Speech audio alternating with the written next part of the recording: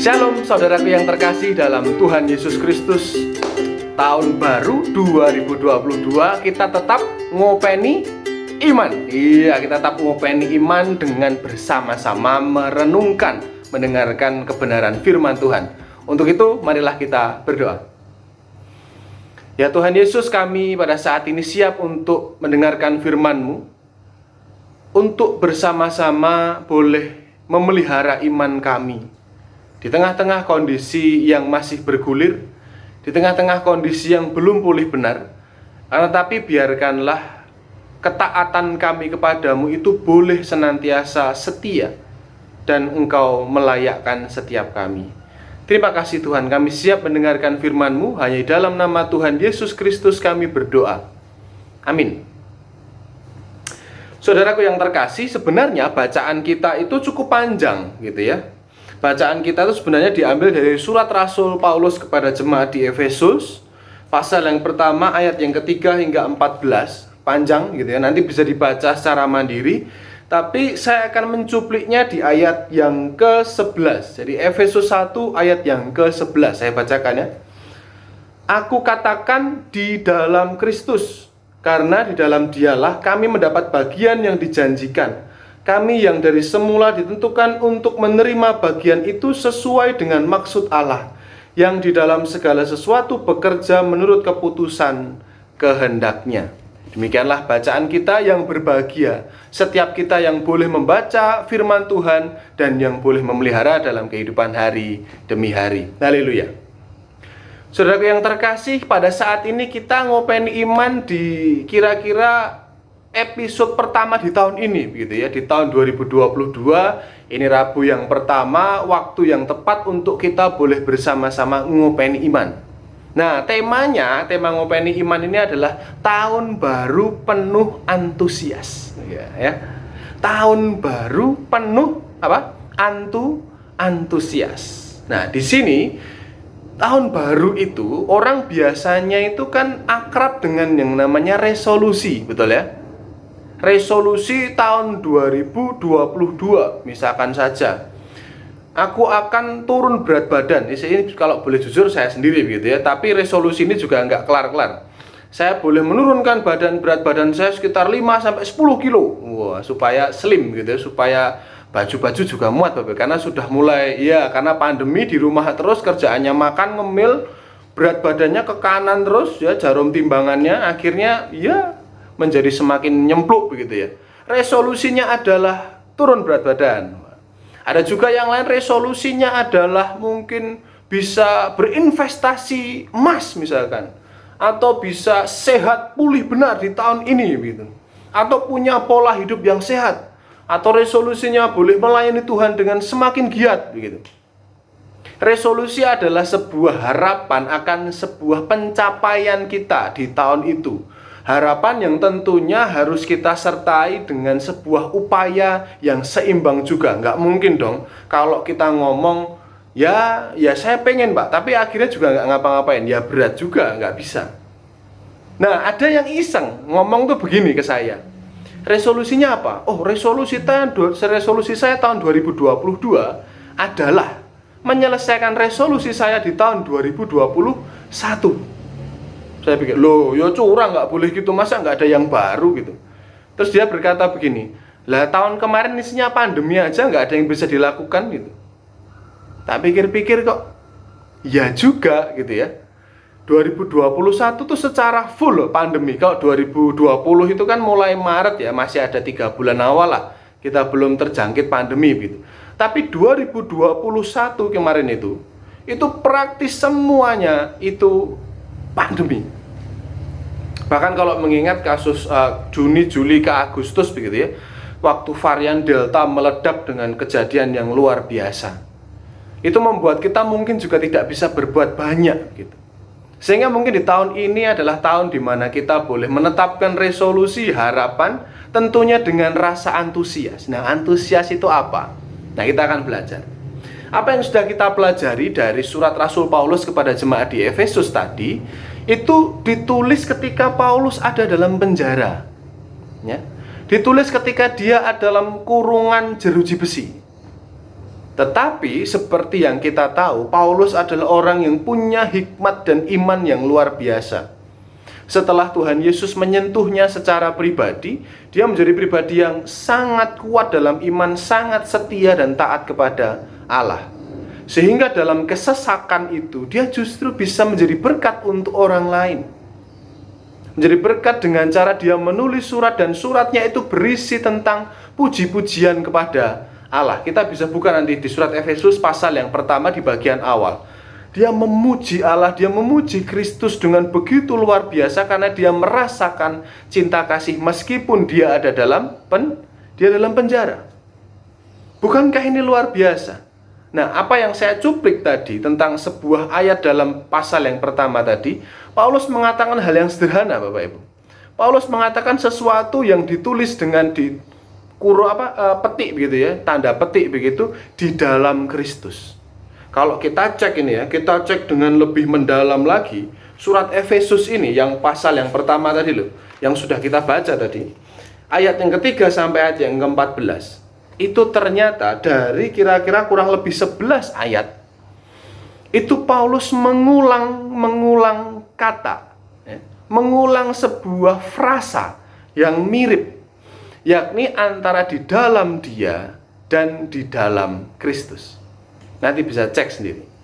Di Efesus pasal yang pertama ayat 3 sampai 14 ada 7 kali kurang lebih Paulus itu mengulang-ulang kata di dalam Kristus ataupun di dalam dia. Untuk seseorang yang menulis surat yang ternyata tidak terlalu panjang ini, ketika dia menulis kata yang diulang-ulang, itu tentunya dia menuliskannya tidak secara nggak sengaja atau iseng aja, enggak. Tapi tentunya dia punya penekanan yang spesial. Ketika dia ada dalam penjara, dalam pergumulan, dan dalam segala sukacitanya menulis surat, dia menuliskan sesuatu yang sederhana, yakni apa? Di dalam Kristus, di dalam dia. Seakan-akan Paulus mau mengatakan bahwa semua yang dilaluinya, semua yang dijalaninya, semua yang sudah pernah dialaminya, yang sedang dijalaninya, atau yang mungkin akan ditemuinya di depan, dia punya keyakinan bahwa semuanya ada di dalam Kristus. Ini menarik Bapak Ibu, ini menarik sekali. Seperti yang ada dalam khotbah di tanggal 2 kemarin begitu ya, ketika kita berbicara tentang kasih karunia Tuhan yang selalu baru. Seringkali kita menganggap karunia adalah suatu hal yang menyenangkan kita saja, atau ketika harapan kita menjadi nyata. Namun ketika harapan ataupun rencana kita tidak terwujud begitu, kita tidak menganggap itu sebagai sebuah kasih karunia. Mungkin biar tetap kelihatan rohani menganggapnya sebagai ujian dan cobaan dari Tuhan. Tetapi bukankah segala sesuatu yang datang dari Tuhan itu merupakan kasih karunia? Dan di ngopeni iman di hari Rabu ini, bersambung dari hari Minggu yang lalu, Paulus katakan bahwa segala sesuatu itu terjadi di dalam Kristus. Ini mengingatkan setiap kita mungkin sekarang yang sedang bergumul, mungkin yang sudah lama sekali menggumuli sebuah permasalahan yang tak kunjung usai, atau mungkin ada yang sudah meragu bahwa sebenarnya Tuhan itu di mana? Kok saya tidak ditolong, kok saya tidak segera dibangunkan, segera dipulihkan gitu.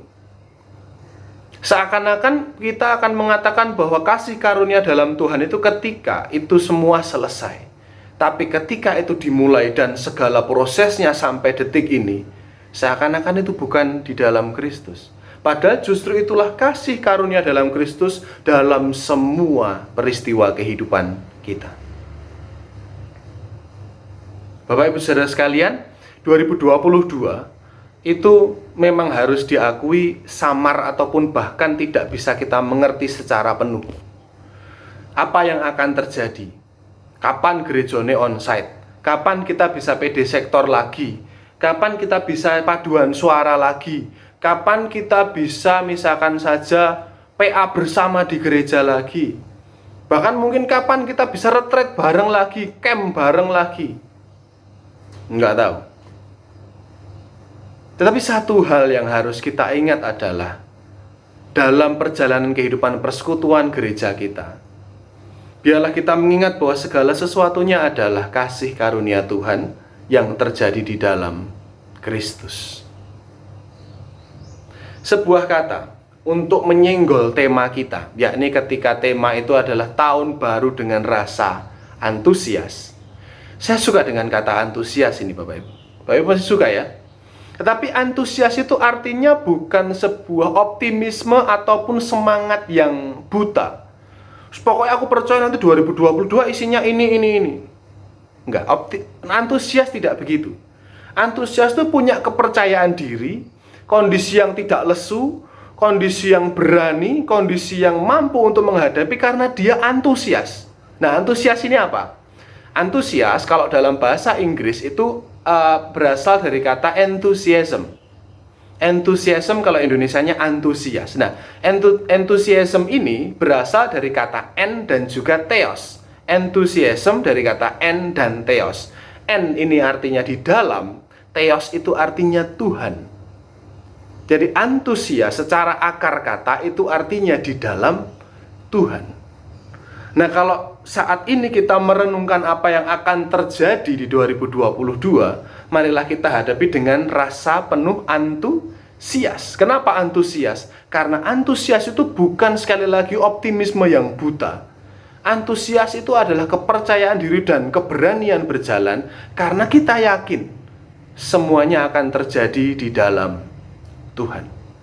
Biarkanlah itu boleh menjadi pengingat kita, penguat kita, sekaligus menjadi sebuah peringatan bagi kita agar dalam langkah-langkah ke depan, ini kan baru episode 5 ya, kira-kira di tahun 2022 kira-kira masih ada 360 episode lagi, 360 hari lagi untuk kita jalani. Mungkin di tahun keberapa ratus atau keberapa puluh, mungkin kita akan kesandung, mungkin kita akan jatuh, mungkin kita akan bahagia sekali. Tapi biarlah kita mengingat mulai dari detik ini kita diingatkan. Marilah kita jalani dengan penuh rasa antusias. Kenapa? Karena segala sesuatu terjadi di dalam nama Kristus. Tuhan memberkati kita. Amin. Marilah kita berdoa.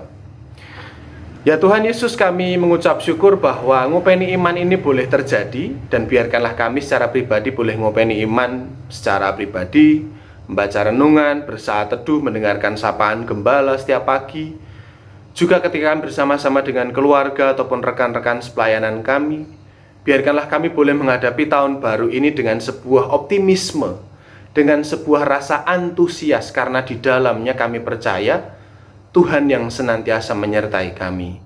Terima kasih Tuhan, terima kasih. Inilah Tuhan yang menjadi doa kami, yang menjadi harapan kami. Dan biarkanlah satu resolusi dan harapan yang pasti, bahwa kami senantiasa boleh taat dan setia kepada janji-janjimu. Terima kasih Tuhan, terima kasih. Ini doa kami yang kami naikkan di dalam satu nama Tuhan Yesus Kristus yang menjamin seluruh kehidupan kami. Amin. Sampai jumpa di Ngopeni Iman selanjutnya. Tuhan berkati, sehat-sehat. Shalom.